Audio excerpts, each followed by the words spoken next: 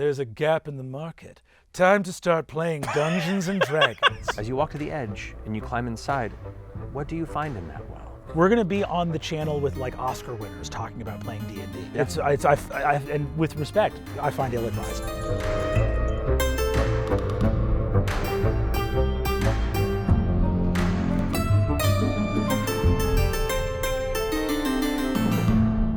Matt, What's up, buddy? what's up, man? When did we meet? I want to say it would have been 2017? Yes, I was brought on to do an episode of Actually with Mike Trapp. Yep, with Mike Trapp fellow hosting. contestants Amy Vorpal and Brian Murphy. Indeed, and it was specifically a D&D themed episode. And you were more or less the person on the laptop who wrote a lot of the questions, were there for fact checking. Silvered axe, as it is not a magical weapon, will actually not affect a pit fiend. I believe it is immune to all non-magical weapons. No, Matt found something that even the question didn't account for. Great. After the episode, and even in between, we had some conversations on set a little bit and kind of got to meet and just kind of It was rad as hell, man. I had been watching Critical Role. So I was like working at, I had just moved to Los Angeles, been in LA for about a year. Mm-hmm. I think we were shooting this in like August or September, because it was right around the end of campaign 1. Correct, yeah.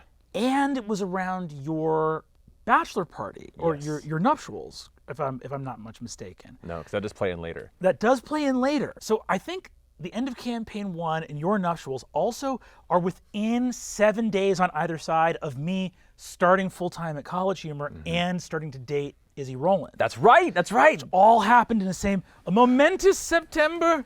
Let us hope nobody finds time travel and Goes back ruin to it that for all week. of us. I remember doing the episode, we had a few conversations, and then when we finished recording, you and me just started talking more, and it turned into 30 minutes of just bantering about home games and love of games. We were kicking it in the parking lot of the IAC building, and I remember being very much I had the attitude of oh, this is a guy who's coming here working on the show.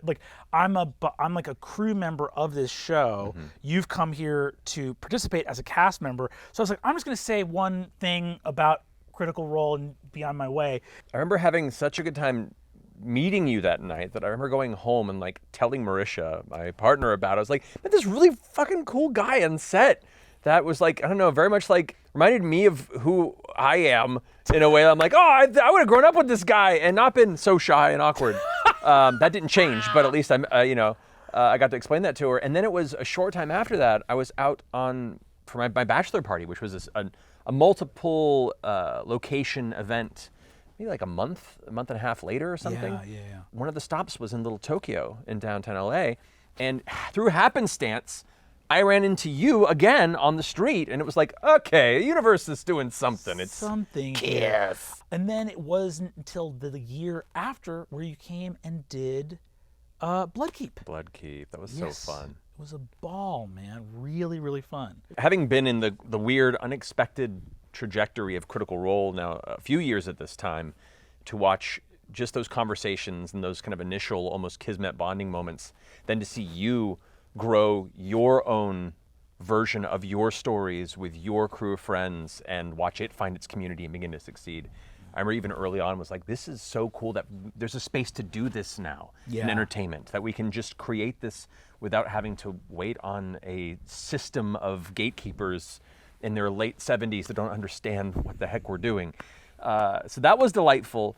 And then to be able to come and actually play there at the Dome with you was another cool full circle of watching that ascension. It was awesome, man. It was really, really awesome. What's that journey been like for you? I'm gonna say from the concept of from having my own weird perspective from my side of things, the rise of you having to pitch what I know is a very hard thing to pitch in an unproven space, really, and grow it kind of whether people are ready to or not into what you built it. Well, homie, I mean, I'd be kidding if I didn't tell you that my market research document for Dimension 20 was here is what is happening in the actual play genre, and here are the shows who are doing it perfectly. Here are the shows that are doing it as well as it can be done. And Critical Role was at the very, very top of that list.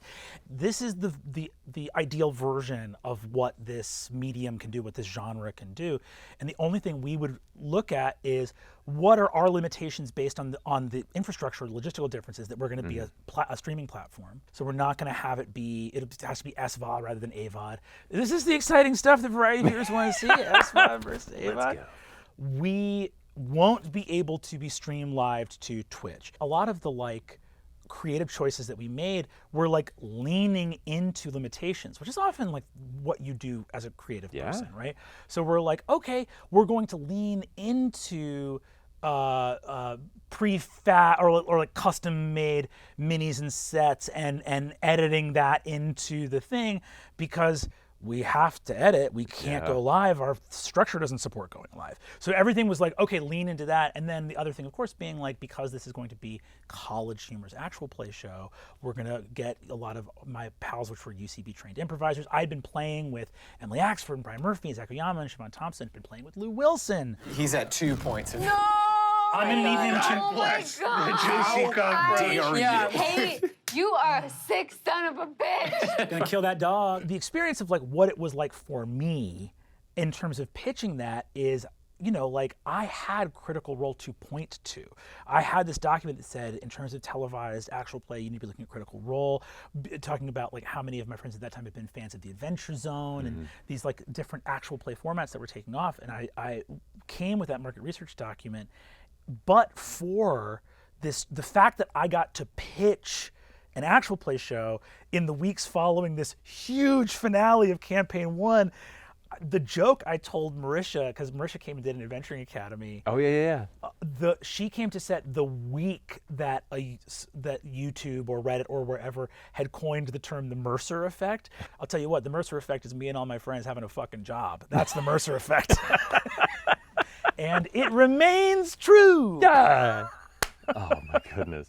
It's wild to think back to all these weird early steps, and now how I'm very grateful, especially in this industry, that all these creatives can succeed and then come in trade notes and merge our endeavors in really fun ways. I don't know, you hear from entertainment in a lot of ways how competitive it is and builds this atmosphere, this idea of you succeed at the detriment of others. Climb the ladder and pull it up behind you, sort of a vibe.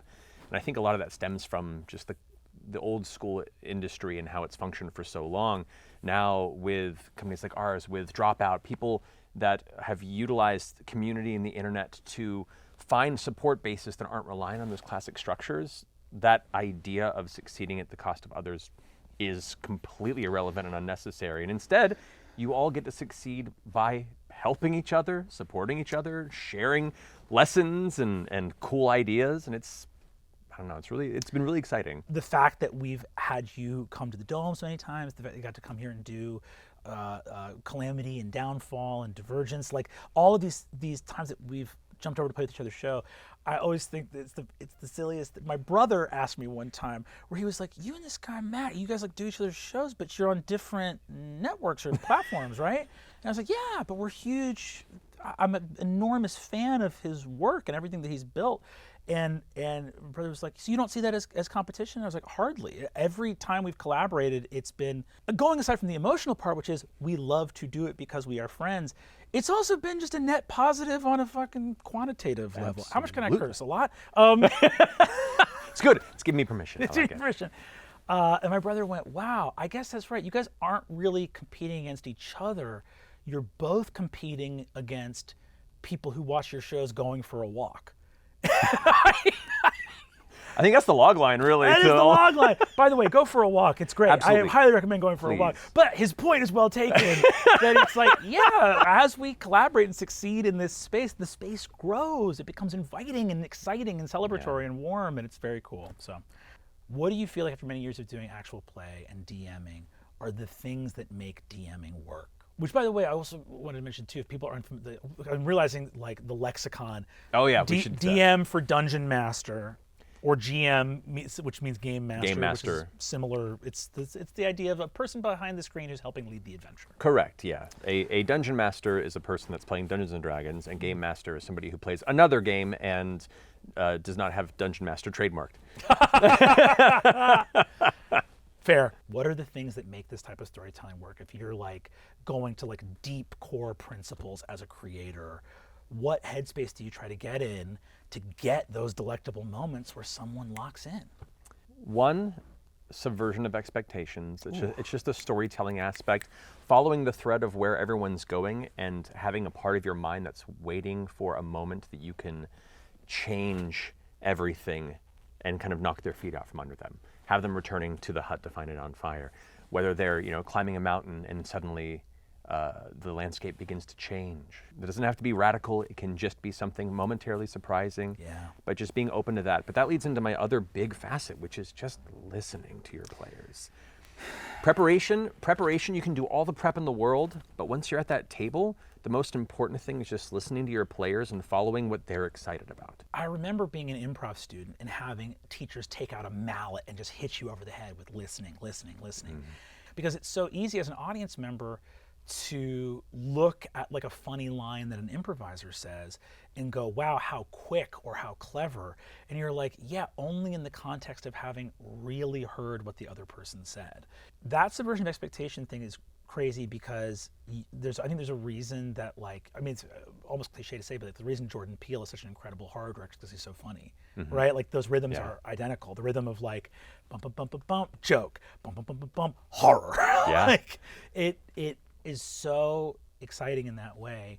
Being a DM is a bizarre job because you're sometimes voicing an NPC which means you're doing the job of an actor. You need to reliably be that character and deliver a performance that is believable as that character, while also understanding that some of the things that character is saying need to be worded correctly to leave critical information. So you're almost writing exposition. You're like, so you have that guy who's like, hey, I'm walking here near a strange gem you might notice.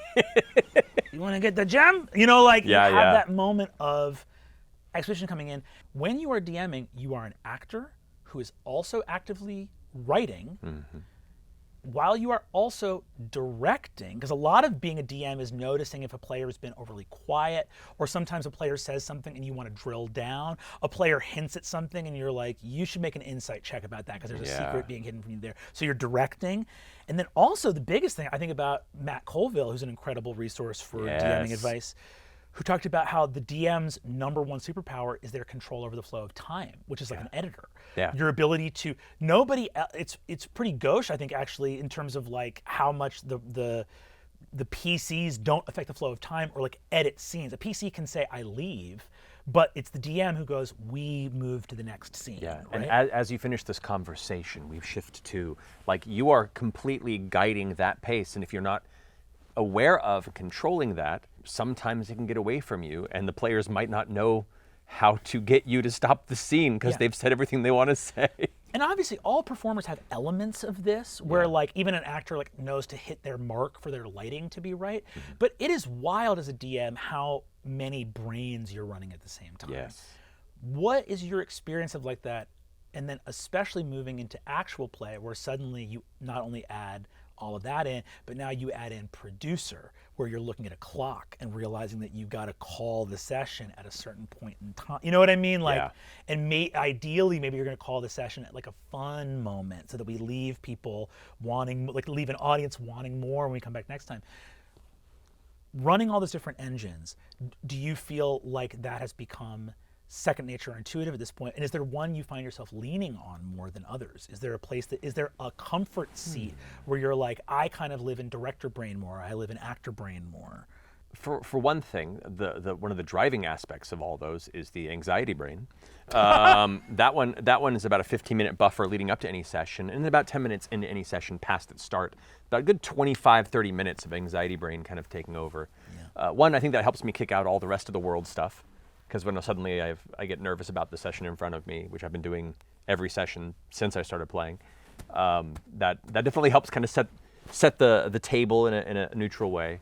I think I probably, even though as a voice actor and people, a lot of Critical Role's initial kind of rise to attention was like, this guy does a lot of crazy voices. Oh, this guy, he embodies these characters because he makes silly voices. I'm like, yeah, that's definitely part of the skill set. That's a comfortable place for me to fall back on. I don't think it's where my brain is usually.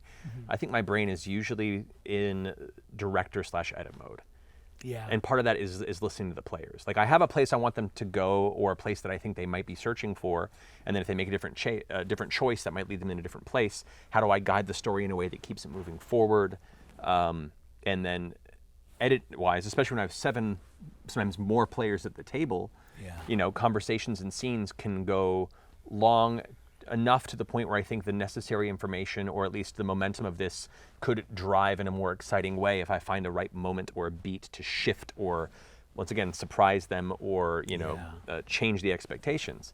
And so a lot of it is listening to where they are in the moment, watching what people are engaging with, where they're expressing they're wanting to take the story, and at what moment can I either end the scene and bring us elsewhere with that shift of time, or how can I shift the moment with some sort of juxtaposition that changes the expectations and raises the stakes of the moment. Reducing what you can do to silly voices is rude, frankly. And it's not just voices. Have you heard this guy make a door noise? It's crazy. This guy makes the best door noises in the business. I spent a lot of time alone as a kid.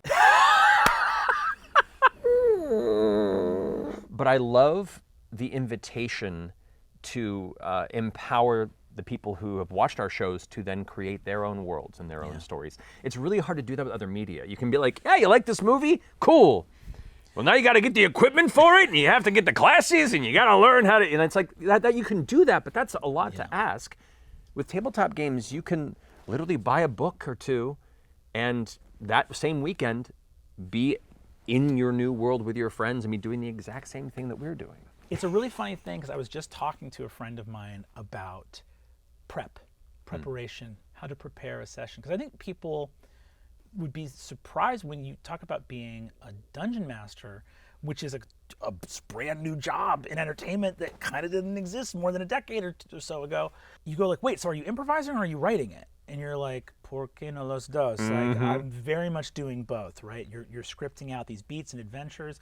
If there's a magic item, I need to know what it can do. If there's a monster, I need to know how hard it hits. But also, I'd be lying if I didn't tell you that once a session, these guys do something that I never could have anticipated. Yeah. And so within that context, thinking about listening, I often have voiced that I have a very improvisational approach to dungeon mastering, largely because I have seen a lot of newer DMs trip on the shoelaces of their own over preparation. I wonder in my head sometimes over what is a bigger challenge for a new dungeon master. If it's a bigger challenge to be like how many DMs are coming after their first session if they're trying this new scary thing, being like, I thought I was armed to the teeth, I had nothing, I was out there with a pillowcase, I got nothing going, I needed more gas in the tank, I needed to work more on my dungeon or work more on my monster stat blocks, versus something I've seen from time to time, which is people coming in and going like, okay, you arrive in the realm of Gelgador, a tavern before you with a small well behind it. And someone goes like, I go in the well, I jump down the well, what's in the well? And they go, I have the names of all 20 staff members of the tavern. Please go in the tavern. Yeah. Right? And there's that like preparation tends to create a gravity well that makes you want to redirect your players towards it. Do you have your philosophy of how you have to navigate all the work it takes to be ready and all the strength of spirit it takes to throw that work away? Part of it is, like many things, comes with experience, and sometimes you have to fail to learn better. Yeah. You know, if you have a few rough first sessions, so did I. Many. You know, like that part of that experience is trying it out and giving yourself the permission to stumble and maybe not be your strongest out of the gate, because you can't expect yourself to be perfect. especially when it's your first time playing with players and not knowing how they engage with the game and the story. Yeah. Don't be afraid to stop and take breaks in the game and then check in. No one expects it for you to come in there and be like, I'm now going to regale you with the best theater you've ever experienced. Why was I so scared of that for so many years? Why, for so many years of DMing, was I like, if I tell my players that what they just did was so crazy that I need 15 minutes, they will kill me on the spot. Because we didn't know any better. Like, but that's part of what we're trying to do in this space is to dispel some of this, because learn from our mistakes. We made them for you. It's, we came up in an era in which, unless you were playing at a game store, you had a hard time finding anybody to learn from. There are so many amazing resources for people that want to try to play these games and tell stories this way for the first time. And it's so encouraging to see in actual play how possible this is to tell these stories with your friends. But conversely too, I also agree that like the best thing to do is go fail. Pacing is such a fascinating thing to think about. That really is like the editorial job of a dungeon master. I was just reading about it. It's one of my favorite concepts that I think about a lot, especially because I think people that come to the genre, one of the first things they'll do is be like, whoa, the episodes are like 2 or 3 or 4 hours long. And you go like, yeah, that's the medium. Like the average length of a scene in film and TV is like 2 to 5 minutes, and the average length of a scene in actual play is like 12 to 20, I think. That's about right, yeah. There's a concept that Akira Kurosawa talks about, and actually I think is in a lot of Miyazaki movies as well, called Ma, which is... Yes. I love Ma. It's an incredible thing where there's a sequence before the final battle in Seven Samurai of rain falling on the village and cutting to buckets filled with rainwater and looking into the town and stuff like that. As the action has been building and building and building, and then we get here and then it suddenly stops. Why? I feel like there's a through line in the things I'm railing against a lot when I do interviews like this, which is the really soulless instinct to optimize. Yeah. It's that same principle of number go up, of like, well, for the movie to be exciting, everything's got to be exciting, right? Maintain momentum. Keep it going forward. Maintain momentum. We've had these conversations with our animated series, and it's been a fight and many hard-won moments to allow those moments of Ma, to take a quiet beat and live in the world and feel it breathe and remind yourself that the stakes don't matter unless you are reminded what you're fighting for. Literally what Kurosawa said. He said, you've just seen 3 or 4 battles in the village at this point. This is going to be the most violent climactic one. This is the final battle. If I don't let you watch the rain fall on this peaceful village, how will you know what violence is? I used to nanny this very sweet little boy. We go to the playground. He's running around. Kids are like play fighting with each other, and he's running in a circle around the entire playground with his arm fully extended like this. He's got a fist out, just running. I was like, hey, bud, are you being a knight? Is this your lance here? And he went, no, I'm punching. Nothing is more serious than a little boy whose game has been misinterpreted.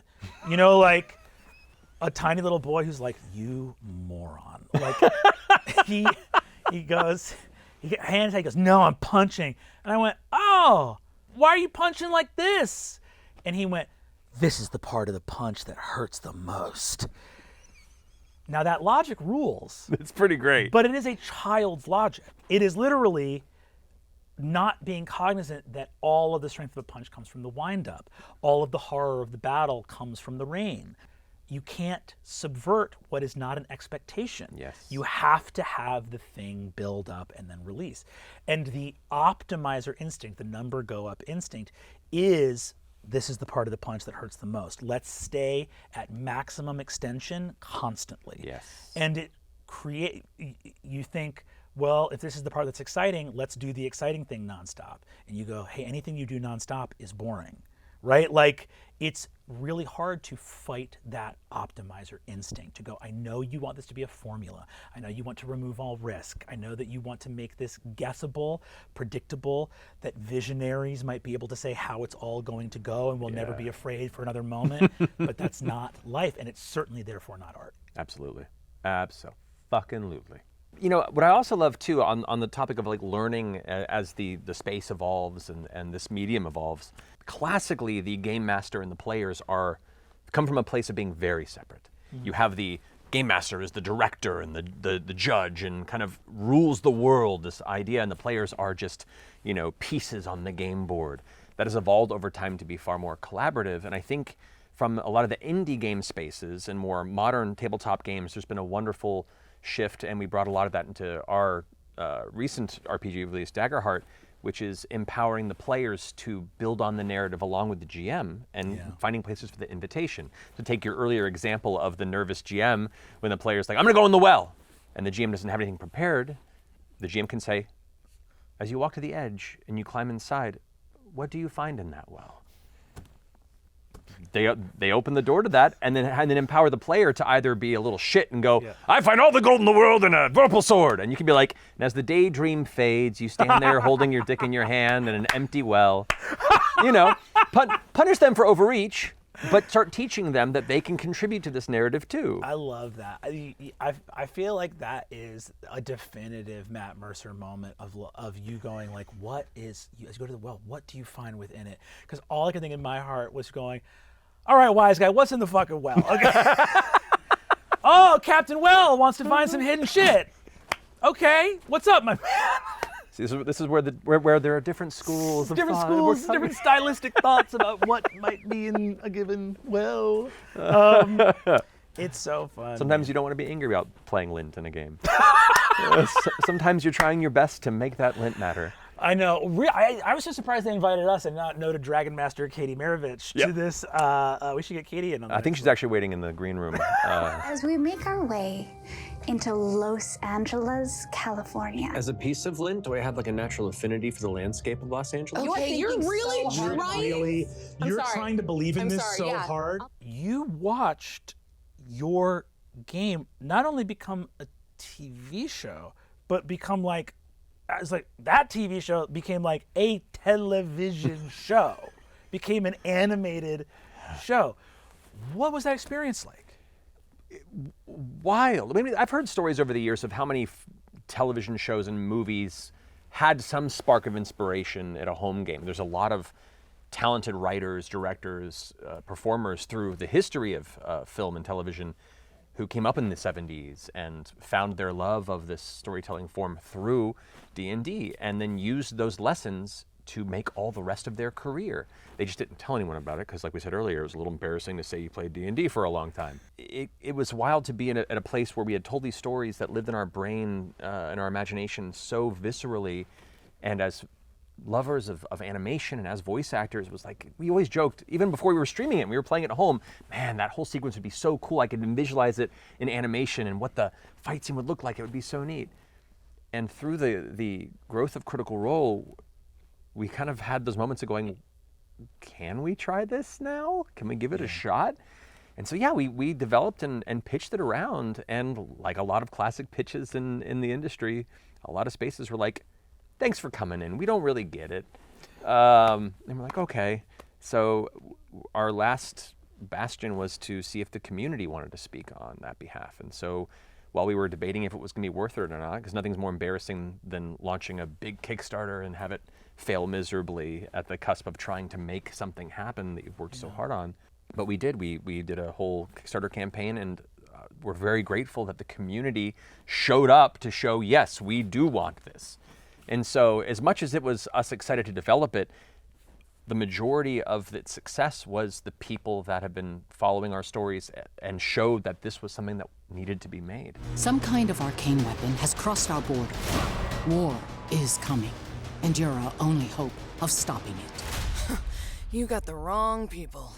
And that changed the conversation entirely. The classic media pipeline suddenly was paying attention. And a lot of the people we had spoke to previously came back around going, oh, no, we get it now. We totally get it. Didn't you say that last time? That was, that's egg on our face. Apologies. And so we got to have a lot of those meetings again, and we're lucky to find a partner that enabled us to creatively drive this in a way that we didn't think we'd ever have either. Yeah. And so it's been a wild and wonderfully fulfilling experience to take something that was so close and so personal and be kind of in the driver's seat of building the expansion of that creative family, to bring so many talented writers in and show them what we've done, and having a lot of them weirdly already know and be aware or fans of it, and then bring their special flavor to the mixing pot. And then in this adaptation collaboration, take something that was so beloved to us and adapt it into its own beautiful more grandiose and digestible form. Because let's be real, hundreds of episodes at 3, 4, 5 hours an episode can be a little intimidating for some people to jump into the world of Exandria. So having these adaptations has been a wonderful way to show people what we're so proud of in a way that doesn't require so much investment and bring in a whole new audience, which has been a delightful facet of that. So it's been extremely creatively fulfilling, also a big learning experience. Yeah. You know, we come in with our mindsets and what we have to offer, but also part of that collaboration is leaning into the collaboration. You know, drive the creative as much as you can, but also respect and appreciate what other people bring into that experience and facilitate an atmosphere of excitement through even the hardest points of trying to get things done in time. Yeah. You're doing this now too, bro. Like we've been talking for years. You're now adapting your Dimension 20 IPs. You got webtoons coming out. Other things I'm sure you can't talk about. For sure. Like we did. I mean, for me also, I'm from New York, and we did a show at Madison Square Garden, and it was surreal. We raised $100,000 for New York Cares, and did one of the largest instances of their winter coat drive ever. We did this last January. And it was crazy because the season we were doing was the Unsleeping City, which is magical New York, like urban fantasy. There's a secret hidden world of magic behind things.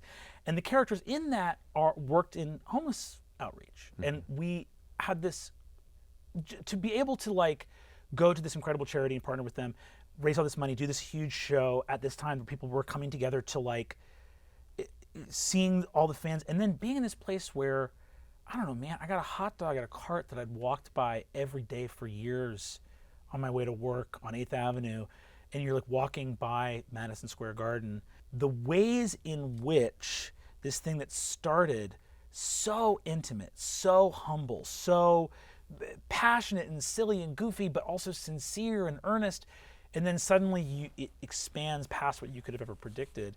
And for you guys, again, the honor and joy and privilege of you guys inviting me to come play in your world. And I think, Matt, especially like the gift of coming and being able to play games in Exandria, you know, Calamity, Downfall, Divergence, how meaningful those games were to me. And then to come in for Campaign 4 and build this world from the ground up and try to give you the experience as a player at the table that you've given so many people.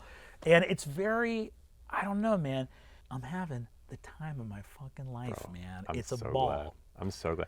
Can I express to you my favorite part of that Madison Square Garden show? I don't think I ever told you this. Yes. Wait, yeah. But Matt you were there at in the skybox with my mom. I wasn't gonna miss that for a second. My favorite part of that show was not watching your intro. It was watching your mom watch your intro, because I was sitting right next to her in that box, and we got to talk for leading right up to the beginning, and to the point where your mom had to shush a few people in the box because she's like, "This is my mom moment." Shh. But like getting to watch her expression, getting to watch that like that pride, that emotion, that like joyful acceptance that this boy that she forged is now, you know, showing a generation what it means to collaboratively tell story in front of a sold-out show at Madison Square Garden. It was incredible to be in the back seat to that moment for her. I can't imagine. Like, I experienced this as all being very surreal. That's the woman that put a player's handbook in my hands, who went and ordered the pizza for all this, who literally, the first day I ever DM'd, I had all my friends over, I was 10 years old, and I looked over at my mom afterwards, and she was like, "Sweetie, how did it go?" And I went, "That was the most stressful day of my life." I'm a 10-year-old. It's the most stressful day of my life. Can we schedule another one for next week? And that has not stopped. You know, I remember my folks being like, "You know what I love about you playing these games, Brennan, is one day, whatever you actually end up doing, you'll have transferable skills from this to that other thing." It's true. The skills don't need to transfer. It's the exact skills. It's a one-to-one. Yep, you cheat coded it. Well done.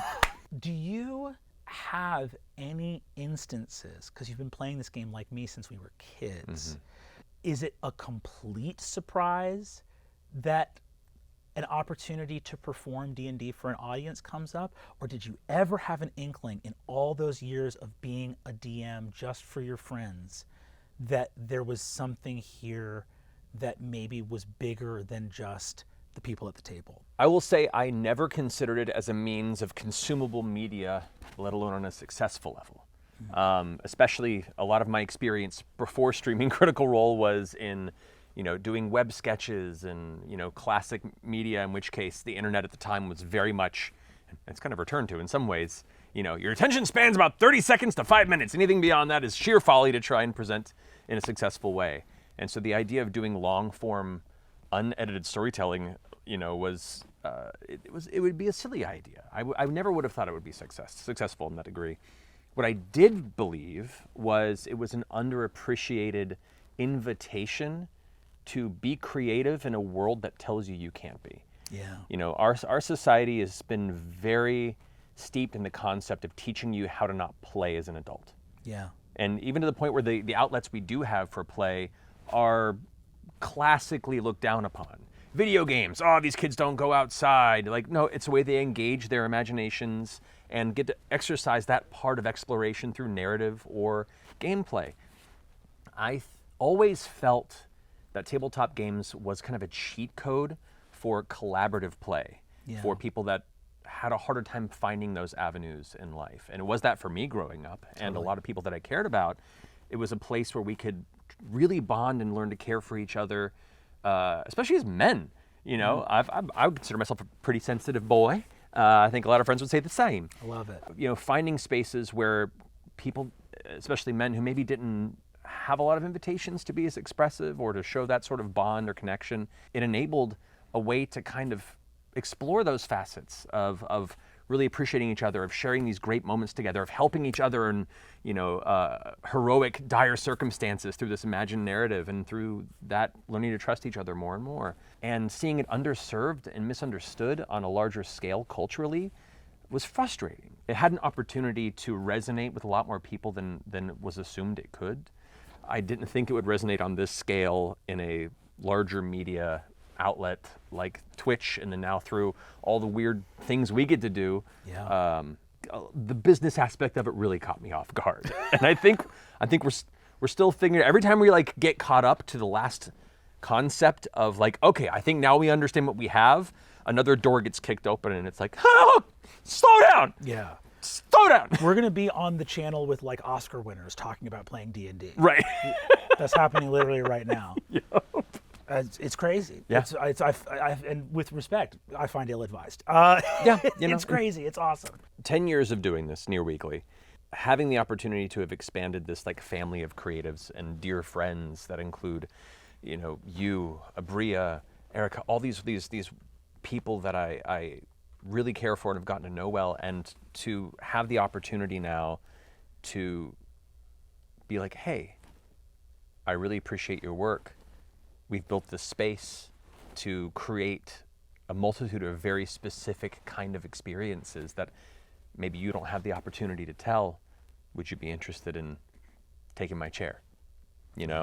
And to have you not just consider it, but to then come in here and sprint with it, to build a whole new world, to craft a multi-tiered, multi-table, intricate narrative.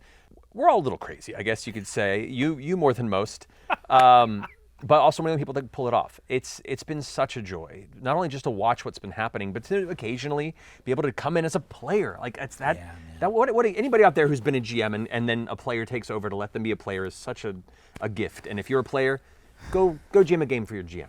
Give them a chance to play. A hand from an invisible figure reaches forward as the invisibility is dropped, and a black-clad member of House Taconis reaches their hand up immaterially through the skin under his jaw, reaches inside his head, and pulls his skull out of his head immaterially. I had an interview last year where somebody asked, Critical Role, you've built this media empire. You're doing animated stuff. You're developing live action, interactive books, comic books, the whole thing. What's next? And I was like, I got nothing. Like I am. What a mean question. It is, and it seems so classically industry. Yeah. But I maybe I'm just not ambitious enough, and I'm okay with that. But like, I did it all, man. I've already far exceeded anything I thought I would ever be able to accomplish in my life. So everything else is gravy. And now the responsibility of this platform to me is how best can I enable it to show off other people's passions and other people's stuff. And this is just an extension, an example of that. And I'm just so happy. It is a rare thing to both be as gifted and prolific as you are, and to truly embody and exemplify celebrating everybody around you, which I think you are an emblem for that, for lifting people up, for providing those spaces, for taking a Herculean skill set and constantly communicating, this is for you too. Come, like everybody, I want you to have what I have.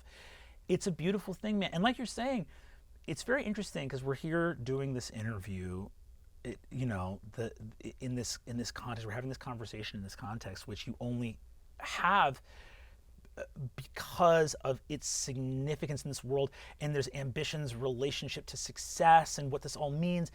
I am a very ambitious person, and the constant mantra for me that you just said is everything past this is gravy. My ambition is I want to run a little bit faster today than I ran yesterday. That's my ambition. If I love this, I want to do it the most that I can. Ambition as acquisition, I think, is a net negative for the human species. I think that idea of if you don't know how to have enough, that is a problem that some could say is destroying the planet. Yeah, on many scales. On many scales. The ability to know what is enough. And like you're saying, getting that question sometimes of like, what's next? What's the next big thing? How are you growing? Because if you're not growing, you're shrinking, and and shrinking is numbers death. have to go up. Numbers have to go up, right? Number go up. Is you go like, well, I think that in terms of what is next, I just want to keep going on adventures with my friends. And it's a wild thing, too, in terms of the larger industry. We talked about the incredible adaptations, Legend of Vox Machina, Mighty Nine. You guys there are these bizarre ways in which this hobby is now opening doors in Hollywood in a way that who could have anticipated it? But you're walking into those spaces and through those doors, and I think it's really helpful for people to hear that, like,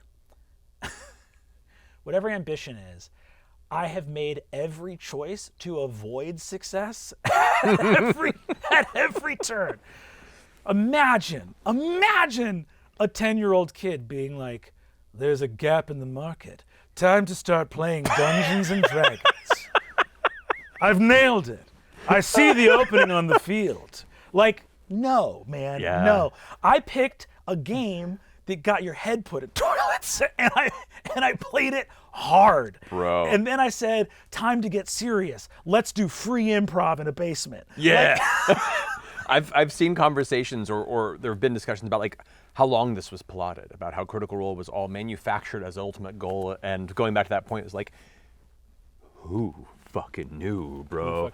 Like, it's wild to look back on how this whole thing has happened, but to that same degree, through this, building platforms in which we're not reliant on external systems. We started on Twitch and YouTube, and we still stream to those places, but it's also very dangerous from a business standpoint to put all of your stakes into a platform that you don't control. Yeah. You all thankfully had the foresight when you were creating Dropout at the get-go, and in the fallout nuking of College Humor, those of you that climbed forward, the right people climbed up and rebuilt a much better that is now doing better than College Humor ever did. Absolutely, and a lot better than a lot of people in this space have been trying to do for 20 plus years. Yeah. And that's a testament to creatives having the opportunity through a community that'll support them to build a space and have the right people in leadership to do so. We took a lesson from even Dropout to build our Beacon platform to help us decouple from relying on outside platforms, and it's already been a wonderful place to invite a community to support us, and now give us the opportunity to, through this platform, possibly bring in other partners and give them a place to live too. Where you have ever felt your play at the table being impacted from the sort of silly or glib of like, LOL, that's going to be a t-shirt, to the quite large of being like, oh, the choices we make here could be happening in an animated show 7 years from now, right? Like, do you have that on your mind when you're performing? Not when we're performing. After the fact, there'll be a moment, I'll be like, oh man, that'd be so cool to see in a cartoon. Maybe we can, but it's never like in the moment. Yeah. I think the weight of responsibility is definitely felt not at the table. Like, okay, well, I hope people like this campaign because a lot of people's healthcare was relying on it. It's the new responsibility of through success comes continued responsibility and wanting to do right by everybody who is part of that collaboration. I never thought we'd be in a position where somehow a company that started with playing D&D, we have employees, and good people that we care about deeply and do everything we can to share in that prosperity and take care of. And that is a weight of its own, but I would say that's never lost on us. But we're also very careful to silo our experience at the table from the rest of the world. The best compliment that you can get paid if you do this kind of work is someone saying, I saw you do it and then went and did it myself. Yeah. Right? It's the absolute best. I talked about with touring, which has been a wild part of this as well, to perform. There are parts where you're like, I've kept the candle lit. It's just like my home game. And then sometimes you walk out into an arena and you're like, this is not like my home game. Nope. You try and capture as much as you can, but once you cross that threshold and you hear the thousands upon thousands of voices, and you're like, oh, I get sports now. Oh no.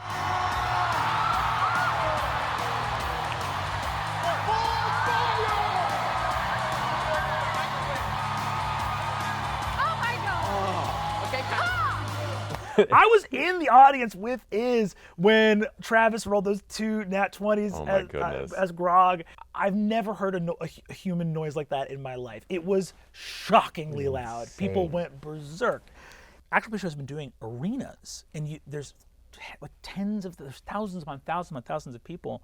You walk out, and I remember a friend being like, what's the part of that that's the coolest? And I was like, for me, touring in the live shows, the coolest part is at intermission, the house lights go up and you peek through the curtain and you see all the people cosplaying as the characters from your show. Absolutely. Go, your cosplay sick, dice swap, exchange numbers, let's get together. Like, even especially in this time period too, like the ability to have shows or storytelling that like celebrates groups of people that warrant celebration and need to be reminded that they have people that are their supporters and champions and people that celebrate them and accept them.